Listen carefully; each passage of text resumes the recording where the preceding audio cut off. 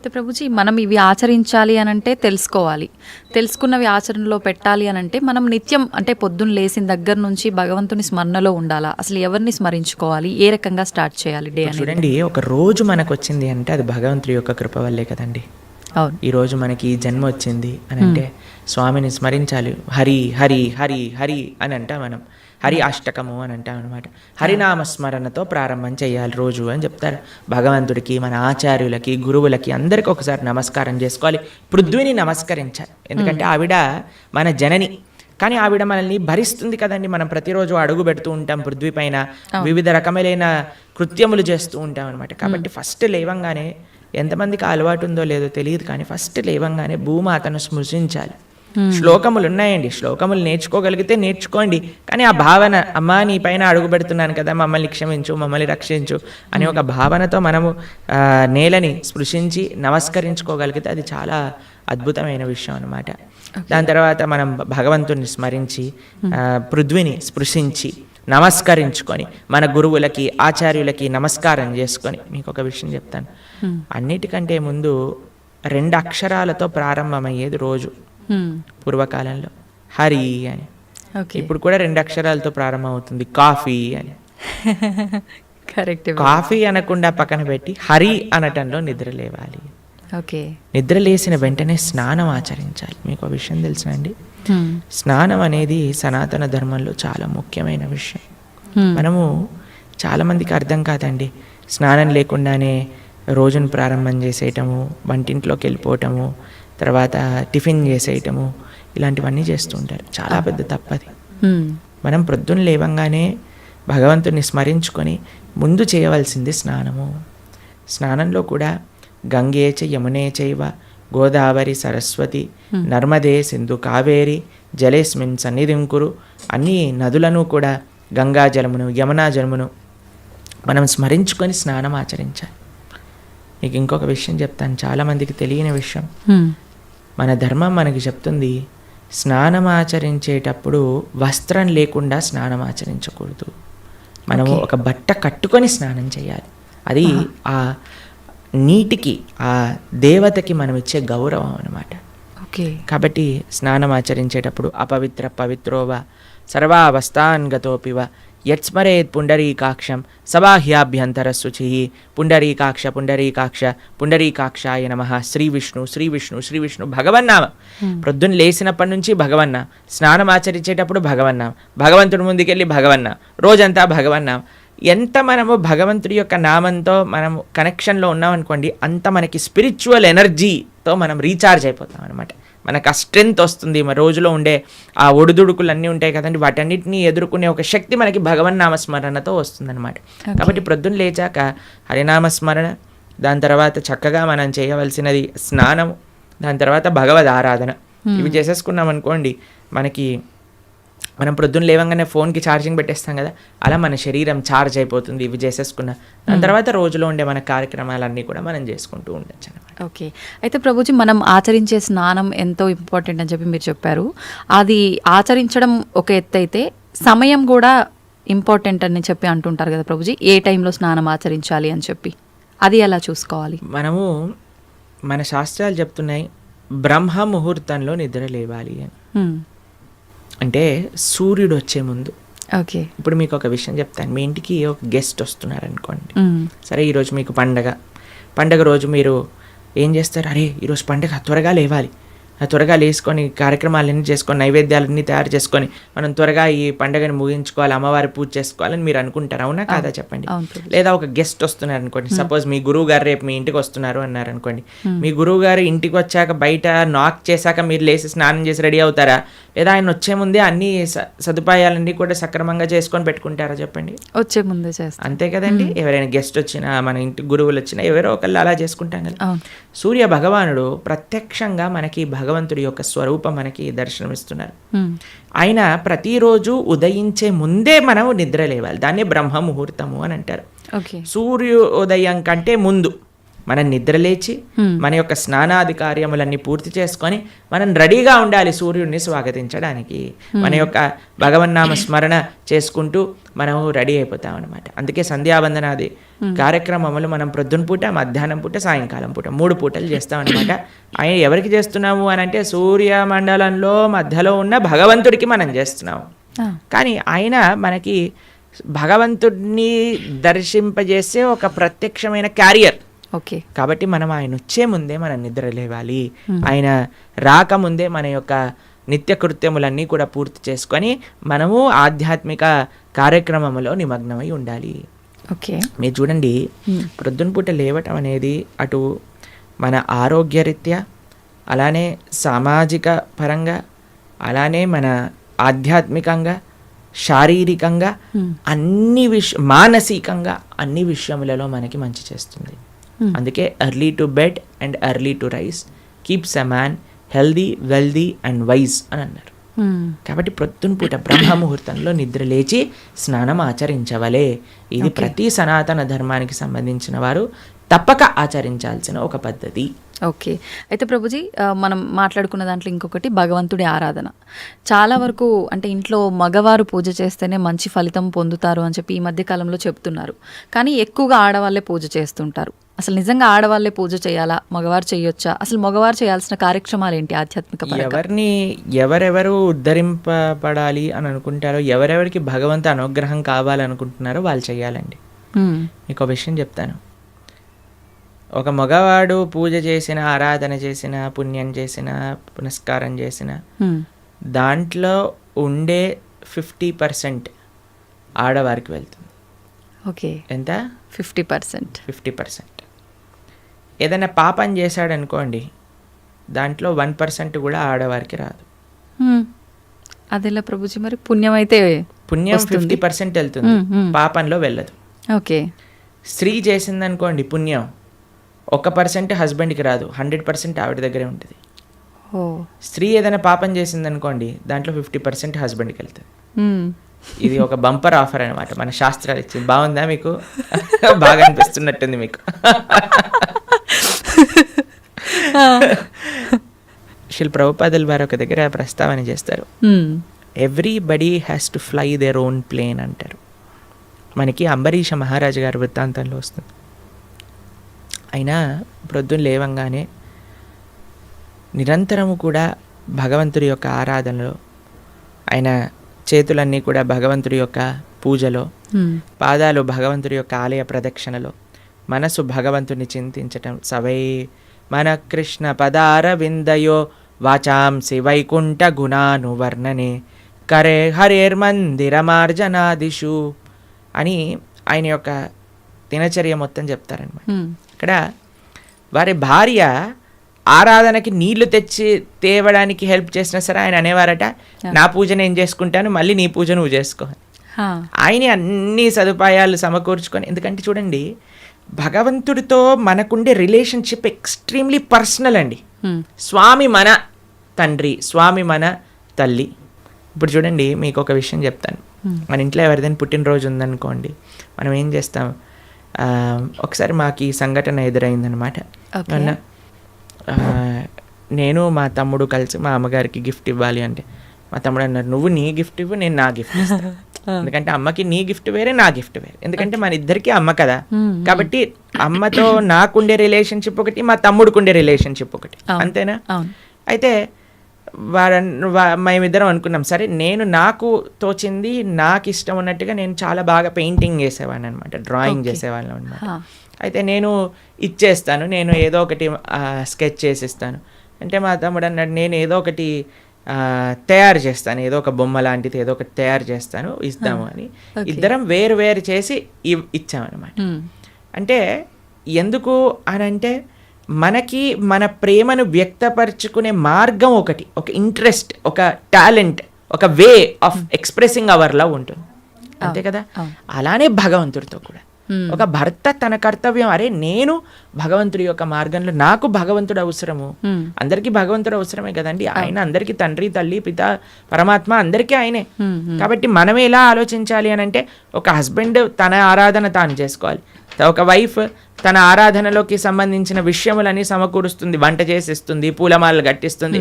దాని తర్వాత వారి హస్బెండ్ వెళ్ళిపోయాక వైఫ్ తన ఆరాధన తాను చేసుకుంటుంది, పిల్లలు వచ్చి దండం పెట్టుకుంటారు, ఏదో అమ్మ నాన్నలకి ఇద్దరికి హెల్ప్ చేస్తారు, అందరు కలిసి ఆరాధన ఒకటి ఉంటుంది, ఒక్కొక్కళ్ళు కలిపి ఆరాధన ఉంటుంది అన్నమాట. కాబట్టి ఏదో స్త్రీలు చేస్తే ఇల్లంతా బాగైపోతుంది అనే భ్రమలో నుంచి బయటపడండి. మీకు 1% పుణ్యం రాదు.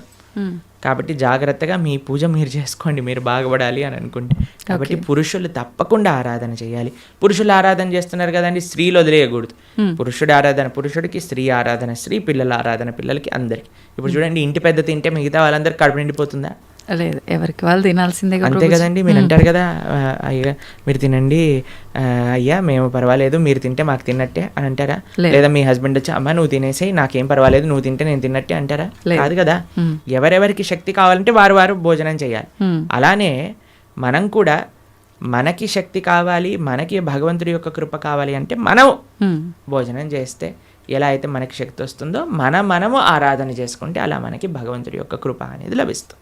ఓకే ప్రభుజీ, చాలామంది ఏదైనా మంచి జరిగినా చెడు జరిగినా నా అదృష్టం బాగాలేదు, నా రాత ఇంతవరకే ఉంది, భగవంతుడు ఇలా రాశాడు అని చెప్పి అంటూ ఉంటారు.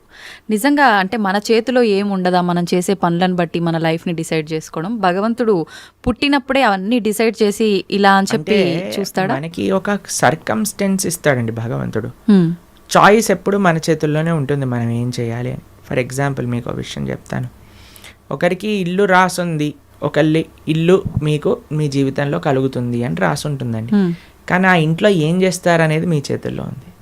ఓకే, ఇల్లు వస్తుందనే వరకు మాత్రమే మన చేతుల్లో ఉంది. ఇంట్లో ఏం చేస్తాం, మనం ఒక చక్కటి పూజ చేసుకుంటామా, పునస్కారం చేసుకుంటామా, లేదా 10 మందిని పిలిచి మందు పోసి డాన్స్లు వేస్తామా అనేది మన చేతుల్లో ఉంది.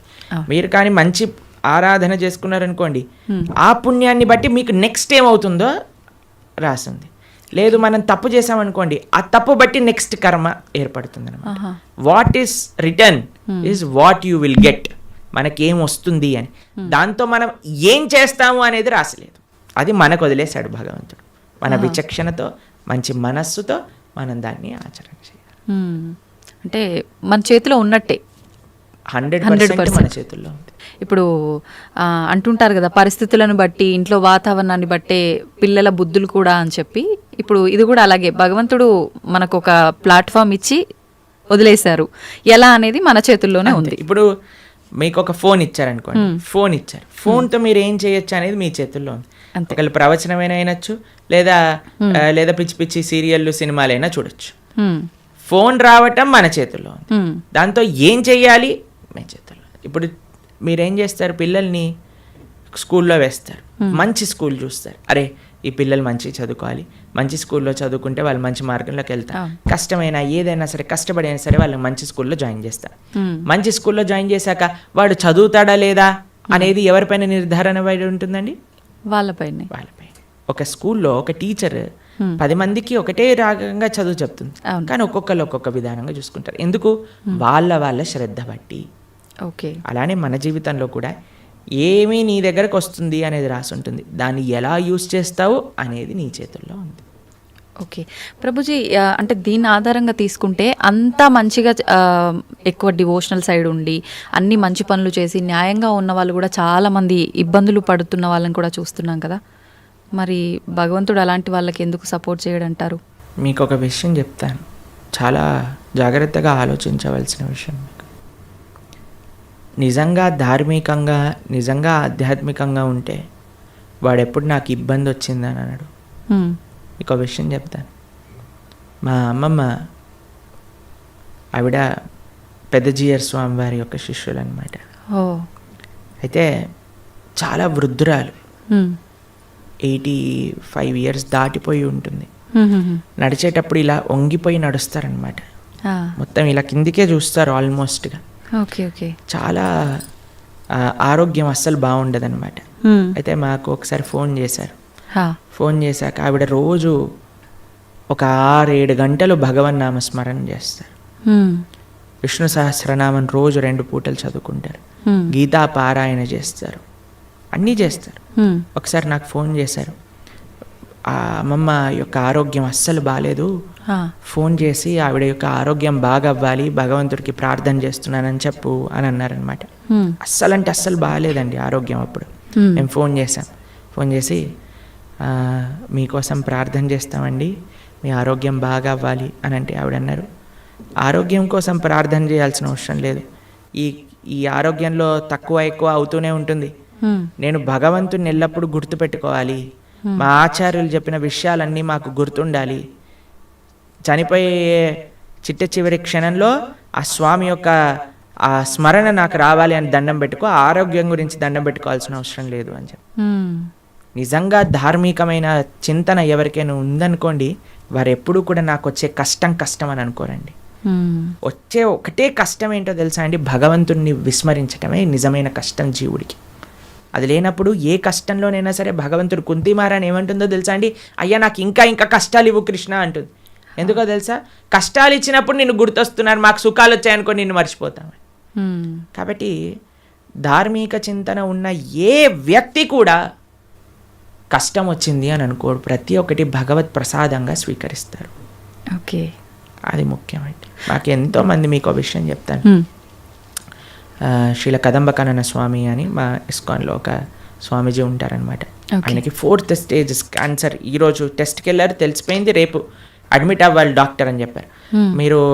మీరు ట్రీట్మెంట్లో ఉన్నారనుకోండి, 1 year మీరు హాస్పిటల్లో ఉండండి, మేము మీకు ట్రీట్మెంట్ చేస్తాము, ఒక 2-3 సంవత్సరాలు బ్రతుకుతారు మీరు అన్నారు. ఆయన అన్నారు, భగవంతుడు ఇచ్చిన జన్మ నాకు, దీన్ని భగవంతుడి యొక్క సేవలో వినియోగించుకోవాలి, 2-3 సంవత్సరాలు ఎక్స్ట్రా బ్రతకడం వల్ల ఏం చేసేది లేదు, కాబట్టి నేను బృందావనానికి వెళ్ళిపోతాను అని అన్నీ వదిలేసి బృందావనానికి వచ్చేసారు. సంవత్సరం పాటు అక్కడ పూర్తిగా తెలుసు ఆయనకు, ఒక్కొక్క రోజులో నా రోజు అయిపోతుంది, ఇంకా డాక్టర్స్ చెప్తున్నారు ఇంకా 10 రోజులు, ఇంకా 2 రోజులు, ఇంకొక రోజు మాత్రమే. బిందాస్గా కూర్చొని చేర్పైన వాళ్ళ శిష్యులందరికీ కూడా ఉపదేశం చేసి, కీర్తన చేస్తూ, భగవన్నామ స్మరణ చేస్తూ, విగ్రహాలు ముందే పెట్టుకొని రోజు ఆరాధన చేస్తూ, చివరి రోజు కూడా నవ్వుతూ బ్రహ్మాండంగా ఆనందంగా ఆ మృత్యు యొక్క ఒడిలోకి, అంటే భగవద్భక్తులకు మృత్యు రాదండి, శ్రీకృష్ణ పరమాత్మ డైరెక్ట్గా వస్తారనమాట. కాబట్టి కష్టం ఏమి కష్టం కాదండి ఈ ప్రపంచంలో. కష్టం వచ్చినా సరే అది మనం పూర్వజన్మ చేసుకున్న ఫలమే. ఇప్పుడు మీరు ఆయన మంచోడు అని అంటున్నారు అంటే, లేదా మంచి చేస్తున్నారు అనుకుంటున్నారు, ఇంతకు ముందు ఏం చేశామో మీరు చూసారా? లేదు. మనం ఇంతకు ముందు జన్మలో ఏం చేసుకున్నామో మనకు తెలియదు కదా. కాబట్టి కష్టం వస్తుంది అని అంటే అకారణంగా కష్టం ఎందుకు ఇస్తాడండి? భగవంతుడికి ఏం పని లేదా? ఆయన ఇక్కడ ఉన్నారు కదా హైదరాబాద్లో మూసాపేటలో, ఆయన కష్టం ఇవ్వండి కొద్దిగా చూద్దాం ఎలా బాధపడతాడో అని ఆయన ఏమన్నా పైన వైకుంఠం నుంచి ఆ పని చేస్తున్నారో చెప్పండి. లేదు. ఆయన ఎందుకు అంటాడండి ఎవరికైనా కష్టం తెప్పించాలి అని భగవంతుడు ఎందుకు అనుకుంటాడు చెప్పండి? ఇప్పుడు మీరు చూడండి, చిన్నపిల్లలు ఇప్పుడు బాగా అల్లరి చేశారనుకోండి, రూమ్లో వేసేస్తారు, వేసేసి లాక్ పెట్టేసి ఏడుస్తారనమాట పిల్లలందరూ. చాలా అమ్మాయి ఏమన్నా కావాల్సుకొని, అరే మా పిల్లవాడు బాగా ఏడుస్తున్నాడు అని ఆనందపడుతుందా అండి? ఎందుకు వేసింది రూమ్లో? తెలుసుకోవాలని, అల్లరి మానేయాలి, మంచిగా ఉండాలి, బుద్ధిగా కదండి. అమ్మ ఒక కొట్టినా, ఒక మాట అన్నదా, తిట్టినా, రూమ్లో వేసినా, దేనికైనా సరే ఒక పనిష్మెంట్ ఎందుకు వస్తుంది? ఎందుకంటే మారి మంచి విషయములు తెలుసుకొని ముందుకెళ్తారేమో. భగవంతుడు కూడా మనకి ఏదన్నా ఇచ్చాడు అని అంటే, ఒక కష్టం ఇచ్చాడు అని అంటే, ఆ కష్టం నుంచి ఏం నేర్చుకోవాలి? Failures are stepping stones for success అని అంటారు. ఒక నష్టం జరిగినా, ఒక ఏదైనా సరే, అరే మనం ఇంకా ఇంకా ఇంకా భగవన్ నామస్మరణ ఎలా చేసుకోవాలి, భగవంతుడికి దగ్గరికి ఎలా అవ్వాలి. ఇప్పుడు మీకు ఒక విషయం చెప్తానండి. బృందావనంలో లాస్ట్ ఇయర్ మేము ఆ వీడియో చూస్తున్నాం అనమాట. యమునా నది మొత్తం పొంగిపోయి బృందావనం మొత్తం కూడా మునిగిపోయిందనమాట. అందరు షాపులలోకి, ఇంట్లలోకి, అన్నిట్లోకి నీళ్ళు వచ్చేసాయి మొత్తం కూడా. అయితే ఇంటర్వ్యూ చేసే వాళ్ళు వెళ్తున్నారనమాట. వెళ్తూ టీవీ ఛానల్లో వాళ్ళు, ఏమనిపిస్తుందండి మీకు, ఏమనిపిస్తుందండి అంటే, ఓ బహుత్ మజా ఆ రహా హై, యమునా మహారాణి హమారే ఘర్ మే ఆ గయి హై అని ఆరతులు ఇస్తున్నారనమాట. వాళ్ళకి ఏమనిపించట్లేదు, వాళ్ళ సామాన్లు కొట్టుకుపోయాయి, వాళ్ళ షాప్ పాడైపోయిందని, యమునా మహారాణి హమారే ఘర్ పధార్ రహీ హై, యమునా మహారాణి హమారే షాప్ మే ఆ గయి హై, అందరు కీర్తన పెట్టుకొని డాన్స్ వేస్తున్నారు అనమాట. చూడండి, అదే మన ఇంట్లో నీళ్ళు వచ్చాయనుకోండి, ఈ గవర్నమెంట్ గలీజ్ది, ఇది ఇట్లా అయిపోయింది, అది అలా అయిపోయింది అని మనం ఏడుస్తూ ఉంటాం. చూసే విధానం అండి జీవితంలో. ఒకటి కష్టం వచ్చినా, నష్టం వచ్చినా భగవత్ ప్రసాదంగా ఉన్నాం అనుకోండి, ఏం పెద్ద కష్టం లేదు. కానీ పరమాత్మ ఎవరికి కష్టం ఇవ్వాలి అని అనుకోరు. మన యొక్క పూర్వజన్మ ఫలితం మనకు ఒక విధంగా వచ్చిందనుకోండి, దాన్ని స్వీకరించాలి. తండ్రి ఐ యాక్సెప్ట్ అని ముందుకెళ్ళాలి. ఓకే ప్రభుజీ, ఇప్పుడు మీరు చెప్పినట్టుగా అమ్మమ్మ గారి విషయం అయితే కానీ, గురువు గారి విషయం ఒకటి చెప్పారు, అదైతే ఏంటి, ఇప్పుడు యమునా నది గురించి చెప్పింది. ఇంత ప్రశాంతంగా కష్టం వచ్చినా ఇది కష్టం కాదు, అది కూడా భగవంతుడి కృపే, ఆయన అనుగ్రహమే అని చెప్పి దాన్ని సుఖంగా భావించాలి అని అంటే నిజంగా అసలు అంత ఈజీగా ఎలా సాధ్యపడుతుంది? ఈ కుటుంబ జీవనంలో ఉన్న వాళ్ళకి ఇదంతా ఎంత ఆధ్యాత్మికంగా ఉన్నా సాధ్యపడుతుంది అంటారా? చెప్పిన వాళ్ళందరూ కుటుంబ జీవితం ఉన్నారు, కానీ ఎక్కడో కొంతమంది, అందరికీ అలా సాధ్యపడాలంటే చాలా ఈజీ అండి. భగవంతుడి పైన నమ్మకం ఉండాలి, అంతే, ఇంకేం అవసరం లేదు. ఇప్పుడు మీకు ఒక విషయం చెప్తానండి. మీ డాటర్స్ ఉన్నారు, మీ డాటర్స్కి మా అమ్మ నాన్న నాకు చేసింది మంచి అని అనుకుంటే మీరు ఏమన్నా సరే వాళ్ళు యాక్సెప్ట్ చేస్తారు, మీ మాట వింటారు. వాళ్ళు అనుకున్నారనుకోండి, మా అమ్మకి ఏం తెలుసు నా గురించి, నాకు బాగా తెలుసు, నాకు ఏది మంచో ఏది చెడు అని అంటే మీరు ఏమంటారండి మీ పిల్లల్ని చూసి? అరే ఇంత చిన్న పిల్లలు రా, మీకేం తెలుసు మంచి చెడు అంటే ఏంటో, అదే అనుకుంటాం కదా. కాబట్టి మనకి ఎలా తెలుస్తుందండి మంచి అంటే చెడు అంటే ఏంటి అని? అరే భగవంతుడి పైన, అరే భగవంతుడికి తెలియదు ఉంటుందా చెప్పండి? లేదు. స్వామి మనల్ని సృష్టించిన వ్యక్తి, ఆయనకి తెలియదా అండి మనకి మంచి ఏది చెడేది అని? ఆయన పైన నమ్మకం ఉండాలంటే, స్వామి మారోబి రాకోబి, నువ్వేం చేసినా నాకు మంచి చేస్తావు, నమస్కారం అనండి, అంతే.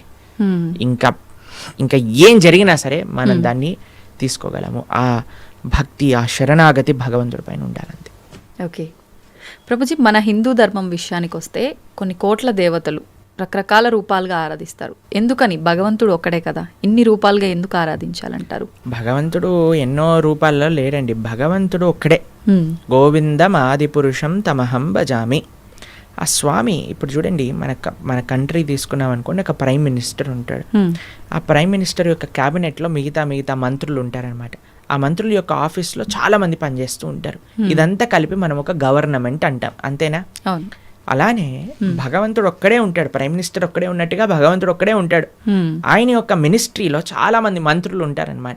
ఒకడు వాటర్ డిపార్ట్మెంట్, వరుణుడు చూసుకుంటాడు. తర్వాత హోమ్ మినిస్ట్రీ ఇంద్రుడు చూసుకుంటాడు. లేదా మెయింటెనెన్స్ ఒక డిపార్ట్మెంట్, డిస్ట్రక్షన్ ఒక డిపార్ట్మెంట్, ఫైర్ ఒక డిపార్ట్మెంట్, ట్రెజరీ, ఫైనాన్స్ ఒక డిపార్ట్మెంట్. అట్లా ఒక్కొక్క దేవత దగ్గర ఒక్కొక్క డిపార్ట్మెంట్ ఉంది. దాని కింద చాలా మంది పనిచేస్తూ ఉంటారు. కానీ స్వామి ఏం చేస్తుంటారు? స్వామి ఇవన్నీ పట్టించుకోడండి పెద్దగా. స్వామి యొక్క పాదాలకు ఉండే ఒక ధూళి యొక్క కణం యొక్క కాంతి ప్రపంచాన్ని మొత్తం నడిపించేది, అంత శక్తి భగవంతుడి దగ్గర ఉంది. భగవంతుడు ఏం చేస్తాడు? కేవలం తన భక్తులతో తాను లీలలు చేస్తూ ఉంటారనమాట. తన భక్తుల యొక్క ప్రేమను ఆస్వాదన చేస్తూ ఉంటారు. స్వామి పెద్దగా సృష్టి చేసి, పద ఈరోజు భూమిని సృష్టి చేద్దాం, పద ఇక్కడ ఇది చేద్దాం, అది చేద్దాం, ఆయన ఏం పట్టించుకోడు. ఆయన తన భక్తులు ఎక్కడెక్కడ ఎత్ర గాయంతి మద్భక్త తత్ర తిష్టామి నారద, తన భక్తులు రక్షించుకోవడానికి, తన భక్తుల్ని కాపాడుకోవడానికి, తన భక్తుల యొక్క ప్రేమను స్వీకరించడానికి స్వామి చేస్తుంటారు. మిగతావన్నీ ఆయన సిస్టమ్, ఒక సిస్టమ్ పెట్టేశారనుకోండి, ఆ సిస్టమ్ నడుస్తూనే ఉంటుంది. అలా భగవంతుడి యొక్క మినిస్ట్రీలో ఎంతో మంది దేవతలు ఉన్నారు. ఆ దేవత ఆ పని చేస్తూ ఉంటుంది. భగవంతుడు ఒక్కడే, దేవతలు చాలా మంది. దేవతలందరూ కూడా భగవంతుడి కింద ఆయన యొక్క సేవ చేస్తూ ఉన్నారనమాట. అది విశేషం. ప్రభుజీ, పుట్టుక చావు ఈ రెండు సృష్టి ధర్మం అందరికీ తెలిసిన విషయమే. పుట్టినప్పుడు ఎంతైతే సంతోషపడతామో, మరణం సంభవిస్తుంది అని తెలిసినప్పుడు అంతే ఎక్కువగా బాధపడతాం. అయితే కొంతమందికి ఇందాక మీరు చెప్పినట్టుగా ముందే డాక్టర్లు డిసైడ్ చేస్తారు ఇన్ని రోజుల కంటే ఎక్కువ బ్రతకరని. అలాంటి సందర్భాల్లో కూడా అసలు వాళ్ళు ఆ న్యూస్తో ఎక్కువ ఇబ్బంది పడి తొందరగా పోయే వాళ్ళు కూడా ఉన్నారు. అసలు వీటన్నిటి గురించి భగవద్గీతలో ఏం చెప్తారు? ఎవరికైతే తన పైన కాన్ఫిడెన్స్ లేదో వాడు భయపడాల్సిందే కదండి. మనం చేసిన పాపాలు, మనకుండే అనుబంధాలు ఎక్కువ ఉన్నాయనుకోండి, ఆ జీవుడు చాలా కష్టపడతాడు పోవడానికి. ఇప్పుడు అందరికీ భయం ఏంటండి? చావే కదా భయం. రోగం రాకూడదు, తర్వాత ముసలి వాళ్ళు అవ్వకూడదు, అందుకే కదా ఎక్కడిచ్చినా వైట్ హెయిర్ వచ్చేసినా పెయింట్ వేసేస్తాం. దాని తర్వాత మిగతా అన్ని మేకప్ డిపార్ట్మెంట్లు ఇవన్నీ ఎందుకు ఇంత ఫ్లరిష్ అవుతున్నాయంటే, జనాలకి ఒకటే ముసలితనం వద్దు, రోగం వద్దు, చావద్దు. ఈ మూడింటిని తప్పించుకోలేము. ఇదే జీవితం అంటే. ఎంత మనం కవర్ వేసినా, ఎంత మనం ఏది చేసినా సరే మన యొక్క ఆ వయస్సు ముందుకు వెళ్ళిపోతూనే ఉంటుందండి. మనకి రోగగ్రస్తుని అవ్వాల్సిందే. కోటీశ్వరుడికి కరోనా రాదు, లేదండి మేము జస్ట్ మిడిల్ క్లాస్కి వస్తామంటుందా? అది ఎవరికైనా వస్తుంది. కంపల్సరీ బాధపడాల్సిందే. అందుకే ఈ ప్రపంచం అంటారు, ఈ ప్రపంచంలో అన్నిటినీ అడ్జస్ట్ చేయడానికి చూడకు అని అంటారు. జన్మ మృత్యు జరా వ్యాధి దుఃఖ దోషాను దర్శనం. ఈ దుఃఖములు అనేవి ప్రతి ఒక్కరికి ఈ ప్రపంచంలో ఉంటాయి. మనం ఆలోచించవలసింది ఏంటి అని అంటే, అరే ఈ దుఃఖాలే రాకుండా దీన్ని ఆపాలని ప్రయత్నం చేయక ఇది వస్తూనే ఉంటాయి, కానీ దీనికి పర్మనెంట్ సొల్యూషన్ ఏమిటి? ఇప్పుడు మీకు ఒక విషయం చెప్తాను. కొన్నిసార్లు శరీరం పైన పుండ్లు వస్తాయి, బాయిల్స్ అని అంటారు. వాటికి ఒక టెంపరీ ట్రీట్మెంట్ ఏంటి, డాక్టర్ దగ్గరికి వెళ్ళాను అనుకోండి, అది కట్ చేసేస్తారు. ఆ ప్రదేశంలో ఇలా ఒక ఆయింట్మెంట్ రాసేసి కట్టేసేస్తారు అనమాట. ఇక్కడ పోతుంది ఇక్కడ వస్తుంది, ఇక్కడ పోతుంది ఇక్కడ వస్తుంది, ఇక్కడ పోతుంది ఇక్కడ వస్తుంది, ఇక్కడ పోతుంది ఇక్కడ వస్తుంది. అది ప్రతిసారి వచ్చినప్పుడల్లా కట్ చేసేసుకొని ఆయింట్మెంట్ రాసేసుకొని పూసేసుకోవటం ఇదొకటి. లేదు ఇంకొద్దిగా డీప్గా వెళ్ళామనుకోండి, అసలు ఎందుకు ఇది వస్తుంది ఇన్ఫెక్షన్ అని అంటే బ్లడ్లో ఇంప్యూరిటీస్ ఉన్నాయి. సరే let me cleanse my blood, ఆ రక్తాన్ని క్లెన్స్ చేద్దాం అని ఆ క్లెన్జింగ్ ప్రాసెస్తో ఉన్నారనుకోండి, పర్మనెంట్గా అసలు బాయిల్సే రావు కదా. అవును, మనం ఏం చేస్తున్నాం, మరమ్మత్తు చేస్తున్నాం, చిన్న చిన్న మరమ్మతులు చేస్తున్నాం అనమాట. పుండెని ఊదుతున్నాం మనం. అరే పుండే రాకుండా చూసుకో అని ఆధ్యాత్మిక మార్గం చెప్తాం. కాబట్టి మనం ఏం చేయాలి, ఆ బ్రహ్మభువనాలోక పునర్ ఆవృత్తినో అర్జున మాముపేత్యతు కౌంతయ్య పునర్జన్మన. భగవంతుణ్ణి ఆశ్రయించాలి. భగవంతుణ్ణి చేరుకున్న వాడికి ఎప్పుడు మళ్ళీ ఇలాంటి కష్టములు రావు. అందుకే జన్మ మృత్యు ఇవన్నీ కృష్ణుడు భగవద్గీతలు చెప్పారు. పుట్టిన ప్రతివాడు చావక తప్పదు, చచ్చిన ప్రతివాడు పుట్టక తప్పదు. ఎప్పటి వరకు? భగవంతుడి దగ్గరికి వెళ్ళనంత వరకు. అందుకే మన మానవ జన్మ యొక్క ప్రయోజనం ఏంటి అంటే స్వామి దగ్గరికి వెళ్ళి స్వామి యొక్క సేవ చేయటము. ఓకే ప్రభుజీ, భగవద్గీత అంటే ఇప్పుడు చాలా వరకు చనిపోయిన వాళ్ళు దగ్గర మాత్రమే వినిపిస్తోంది. అసలు ఏంటి నిజంగా భగవద్గీత అనేది ఆ సమయంలో మాత్రమే ఉపయోగించుకోవాల్సిన ఒక అంశం అంటారా? భగవద్గీత చనిపోయిన వారి దగ్గర పెట్టడంలో ఉండే అంతరార్థం ఏంటి అని అంటే, వీడు ఎలానో గీత నేర్చుకోకుండా వెళ్ళిపోయాడు, కనీసం మీరైనా మారండ్రా అని చెప్పే ఒక విషయం అనమాట. మీరు చూడండి, చనిపోయిన వాళ్ళ దగ్గర గరుడ పురాణాన్ని వినిపిస్తారు. తెలుసా మీకు ఎప్పుడైనా? గరుడ పురాణాన్ని పారాయణ చేయిస్తారనమాట ఎవరైనా చనిపోయారనుకోండి. గరుడ పురాణంలో ఏముంటుందో తెలుసా? నరకాలు ఎలాంటివి, ఎవరెవరు ఏ ఏ నరకానికి వెళ్తారు, ఏ ఏ తప్పులు చేయటం వల్ల ఆ నరకంలో ఏ ఏ శిక్షలు అనుభవించవలసి వస్తుంది అనేవన్నీ కూడా గరుడ పురాణంలో చెప్పున్నారనమాట. ఎందుకు చెప్తారు చనిపోయిన వాళ్ళ దగ్గర అంటే, మిగతా వాళ్ళైనా కనీసం ఇప్పుడు చూడండి, ఎక్కడికి రాకపోయినా వచ్చినా సరే చనిపోయారు అనేసరికి మొత్తం ఇంటిల్లిపాది ఒక దగ్గరకు వస్తుంది. అప్పుడు వచ్చినప్పుడు ఎప్పుడైతే వాళ్ళు ఈ విషయాలు వింటారో వాళ్ళ జీవితంలో పరాకుగా ఉంటారు అని అర్థం. ఓకే, కనీసం ఆ ఎక్స్పెక్టేషన్స్ అంటారు. ఇప్పుడు చూడండి, మన పోయినవాడు పోతాడు, తర్వాత మధ్యాహ్నం ఏంటి మెన్యూ చెప్పండి, ఏమి ఆర్డర్ చేయాలి క్యాటరింగ్ నుంచి అని అందరూ కూర్చొని సినిమాలు చూసుకుంటూ హ్యాపీగా 10-15 రకాలు భోజనం చేసి హాయిగా ఎవరింటికి వాళ్ళు వెళ్ళిపోతున్నారు. చనిపోయిన వాళ్ళ దగ్గర గీత చెప్పటంలో అంతరార్థం ఏంటి అని అంటే, వాడు పోయాడు, కనీసం నీ జీవితమైనా చక్క పెట్టుకో అని. ఓకే, కానీ చనిపోయినప్పుడు వినవలసింది కాదండి గీత. ఇప్పుడు మన గీత చదువుకుంటే మన రాత బాగుపడుతుంది, అందుకోసం గీత చదవమని చెప్తారనమాట. ఓకే, అది విశేషం. ప్రభుజీ, ఆలయాల విషయానికి వస్తే ప్రతి ఆలయంలో కూడా గంటలు ముఖ్యంగా మనకు కనిపిస్తూ ఉంటాయి. ఏంటి ప్రభుజీ గంటలకి ఆలయానికి ఉన్న సంబంధం? భగవంతుడి యొక్క నివేదన చేసేటప్పుడు గంటను మ్రోగించవలే అని ప్రతి దాంట్లో మనకు గంట ఉపయోగించరండి. కొన్ని కైంకర్యములు ఉంటాయి భగవంతుడికి. స్వామి యొక్క అభిషేకం చేసినప్పుడు అన్ని వాద్యములు కూడా గంటలో ఉంటాయి, గంట స్వరూపంలో ఉంటాయి అని అంటారనమాట. కాబట్టి ఆ గంటని భగవంతుడి యొక్క నైవేద్యములలో వాడుతుంటారు. స్వామికి నివేదన చేసేటప్పుడు గంటలు మోగుతూ ఉంటాయి. మీరు తిరుమల వెళ్ళారనుకోండి, టంగ్ టంగ్ టంగ్ టంగ్ అని మోగుతూ ఉంటాయి గంటలు, నైవేద్య గంటలు అనమాట. మీకు కృష్ణుడు ఒకసారి బృందావనంలో దొంగతనం చేయడానికి వెళ్ళారనమాట. అప్పుడు ఒక గోపిక ఏం చేసిందంటే అన్ని ఉట్టి కట్టేసింది, వెన్న మొత్తం కూడా కృష్ణుడికి అందకూడదని. తర్వాత కృష్ణుడు ఏం చేసేవాడు, ఉట్టి కడితే రాయి వేసేసాడు వాడు. రాయి వేయంగానే కుండకి చిన్న రంధ్రం పడేది, చక్కగా అక్కడ నుంచి మొత్తం వెన్న ఇలా ఫౌంటైన్ లాగా షవర్ లాగా వచ్చేస్తుంది అనమాట. కింద అందరూ పాలు పెరుగు వెన్న నెయ్యి అన్ని తాగేస్తూ ఉండేవారు. అయితే ఈ గోపిక కొద్దిగా తెలివైన గోపిక, ఇప్పుడు ఏం చేసింది తెలుసా అండి, ఈ ఉట్టితో పాటు గంటలు కూడా కట్టింది. ఉట్టిని ఊపారనుకోండి గంట మోగుతుంది, వెంటనే వచ్చి కృష్ణుడిని పట్టేసుకోవాలి. తర్వాత కృష్ణుడు అన్నాడు, సరే వెయ్యండి, ఒకళ్ళ పైన ఒకళ్ళు నించోండి అనగానే ఒకళ్ళు ఉన్నారు. కృష్ణుడు పైకి ఎక్కాడు. పైకి ఎక్కగానే గంటలు చూశాడనమాట. గంటలు చూసాగానే భగవంతుడు అన్నాడు, ఏ గంటలారా మోగకూడదు అని అన్నాడు. సరే స్వామి మీరు ఏం చెప్తే అది మోగం అని కూర్చున్నాయి అనమాట. కృష్ణుడు వెంటనే లోపల చేయబెట్టి బ్రహ్మాండంగా వెన్న తీసి అందరికీ పంచుతాడు. కృష్ణుడు ఎప్పుడు తాను తినేవాడు కాదండి, అందరికీ పంచేవాడు. మన భగవంతుడికి ఉన్న లక్షణమే అది, ఇవ్వటం తప్ప ఆయనకేం తెలియదు. ఇస్తుండేవాడు. తన స్నేహితులకు పెట్టేశారు, కోతులకు పెట్టేశారు, ఆయన దగ్గర ఉన్న వాళ్ళందరికి పెట్టేశారు. ఇంకా లాస్ట్కి ఆయన తినాలి అని నోట్లో పెట్టుకోగానే గంటలన్నీ మోగటం ప్రారంభం చేశాయి. ఆ గోపిక వచ్చేసింది, పట్టేసుకుంది. భగవంతుడు అనుకున్నాడు, ఆ గోపిక పట్టేసుకొని లాగేస్తుంటే, రే గంటలారా చెప్పాను కదరా మిమ్మల్ని మోగద్దా అని, ఎందుకు మోగారు, ఇప్పటి వరకు బాగానే ఉన్నారు కదా. అయ్యా ఏం లేదండి మాకు అలవాటు కదా, మీరు నైవేద్యం స్వీకరిస్తుంటే మోగటామని, అందుకే మీరు తింటాం ప్రారంభం చేయగానే మేము మోగేసాము అని అన్నాయి అనమాట గంట. కాబట్టి అందరికీ కూడా భగవంతుడి యొక్క సేవలో వినియోగించుకోవాలి అనే ఒక లక్షణం ఉంటుందన్నమాట. గంట భగవంతుడికి నివేదన చేసేటప్పుడు గంట మోగించడం, భగవంతుడికి కైంకర్యం జరిగేటప్పుడు గంట మోగించడం. ఎందుకంటే సర్వ వాయిద్యములన్నీ కూడా ఘంటానాదంలో ఉంటాయి అని మన శాస్త్రములు చెప్తున్నాయి అనమాట. కాబట్టి గంటను ఉపయోగించాలి మంత్రంతో పాటు, కైంకర్యంతో పాటు అని మనకి చెప్తారనమాట. ఓకే ప్రభుజీ, అలా అని ఊరికే ఆలయంలోకి వెళ్ళి టింగ్ టింగ్ అని ఊరికే ఎక్కడున్నా సరే ఏదున్నా పాపం భగవంతుడికి ఎందుకంటే డిస్టర్బెన్స్. కాబట్టి మనం వచ్చామని ఆయన గంట మోగిస్తేనే మన వైపు చూడడు. మనం మంచి చేస్తే ఆయన నువ్వు గంట మోగించినా సైలెంట్గా ఆలయం బయట నుంచి భగవంతుని చూసినా ఆయన మనల్ని చూస్తారు. ఎందుకంటే ఆయన చెప్పిన మాట వింటున్నాం కాబట్టి.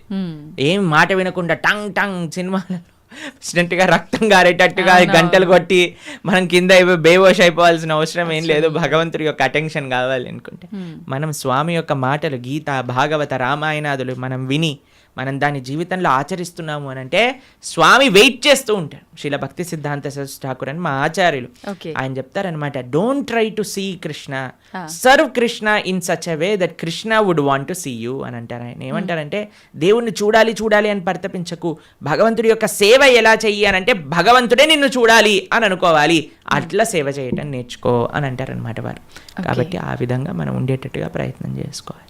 గంట ఆడవాళ్ళు కొట్టకూడదు పూజా సమయంలో హారతి ఇచ్చేటప్పుడు, కానీ పక్కన మగవాళ్ళు గంట కొట్టాలి, ఆడవాళ్ళు హారతి ఇవ్వాలని వింటూ ఉంటాం. నిజంగా గంట ఆడవాళ్ళు కొట్టకూడదు అంటారు? అలాంటివి ఏం లేదండి, భగవంతుడి యొక్క సేవలో అందరు సమానమే. ఇంకొకటి సేవ అన్నారు. భగవంతుడికి భక్తితో మనం చేసే పనులు ఇష్టపడతాడా, లేదంటే సేవ చేస్తే ఎక్కువగా అనుగ్రహిస్తాడంటారా? భక్తితో సేవ చేస్తే ఇష్టపడతారు. పూజల కన్నా సేవని ఎక్కువగా ఇష్టపడతారా? సేవ అంటే భగవంతుడికి చేసే ఆరాధన కూడా సేవనే. శ్రీ విగ్రహ సేవ అని అంటాం. భగవంతుడికి నైవేద్యం సమర్పణ చేయటం సేవనే, లేదా గోవులకి సేవ చేయటం సేవనే, 10 మందికి భగవత్ ప్రసాదాన్ని నివేదన చేయటం సేవనే, 10 మందికి భగవంతుడికి సంబంధించిన విషయములు చెప్పటం సేవనే, ఆలయానికి వెళ్ళటం సేవనే. కాబట్టి భగవంతుడి యొక్క భక్తులకి సేవ చేయటం సేవనే. ఎన్నో రకాల సేవలు ఉన్నాయండి. స్వామి యొక్క ఆరాధన సేవాభావనతో ఏమి సేవ అంటే ఏంటో తెలుసా అండి? ఇప్పుడు ఏదైనా అపేక్షించామనుకోండి అది బిజినెస్ అవుతుంది, సేవ అవ్వదు. తండ్రి నేను ఈ పూజ చేస్తాను, నువ్వు నాకు అది ఇవ్వు, సేవ కాదు, అది బిజినెస్. బిజినెస్ ట్రాన్సాక్షన్ మాత్రమే. సేవ అంటే నాకేం వద్దు తండ్రి, నేను నీకు చేస్తా, అది సేవ. భగవంతుడికి సేవ కావాలి, ఈ బిజినెస్ వద్దు భగవంతుడు. ప్రభుజీ, చాలామంది పూజా కార్యక్రమాలు ఇలాంటి వాటికి దూరంగా ఉంటారు, కానీ అప్పుడప్పుడు పెద్ద పెద్ద క్షేత్రాలకి, ఆలయాలకు వెళ్ళి భగవంతుడి ఆలయంలో క్లీనింగ్ ఇలాంటి కార్యక్రమాల్లో ఎక్కువగా పాల్గొంటుంటారు. అందువల్ల కూడా ఫలితం ఉంటుందంటారా వాళ్ళకి? భగవంతుడికి సంబంధించింది ఏ చేసినా ఫలితం ఉంటుందండి, కానీ కన్సిస్టెంట్గా చేయటం వల్ల అది మనకి. ఇప్పుడు చూడండి, ఒక వ్యక్తి అన్నారు అనుకోండి, సంవత్సరంలో 3 సార్లు యోగా చేస్తానండి, దానివల్ల ఏమవుతుందని పెద్ద రిజల్ట్ ఏమి ఉండదు కదా. అంతే కదా. కాబట్టి మనము సంవత్సరంలో 3 సార్లు పండగలు వచ్చినప్పుడు మేము ధార్మికం అయిపోతాం, అలా కాదండి. కాన్స్టెంట్గా వాకింగ్ చేశారనుకోండి దాని ఫలితం ఉంటుంది, కాన్స్టెంట్గా యోగా చేశారనుకోండి దాని ఫలితం ఉంటుంది, కాన్స్టెంట్గా భగవన్ నామస్మరణ చేయాలి, కాన్స్టెంట్గా భగవంతుడి యొక్క సేవ చేసుకోవాలి, అప్పుడు మనకి ఫలితం ఉంటుంది అనమాట. అందుకే అహైతుకి అప్రతిహత అని అన్నారు. అహైతుకి భక్తి, అప్రతిహత భక్తి అని అంటే ఏమీ అపేక్ష లేని, భగవంతుడి నుంచి ఏమి అపేక్షించకుండా కన్సిస్టెంట్గా చేసినప్పుడే భక్తి అవుతుంది.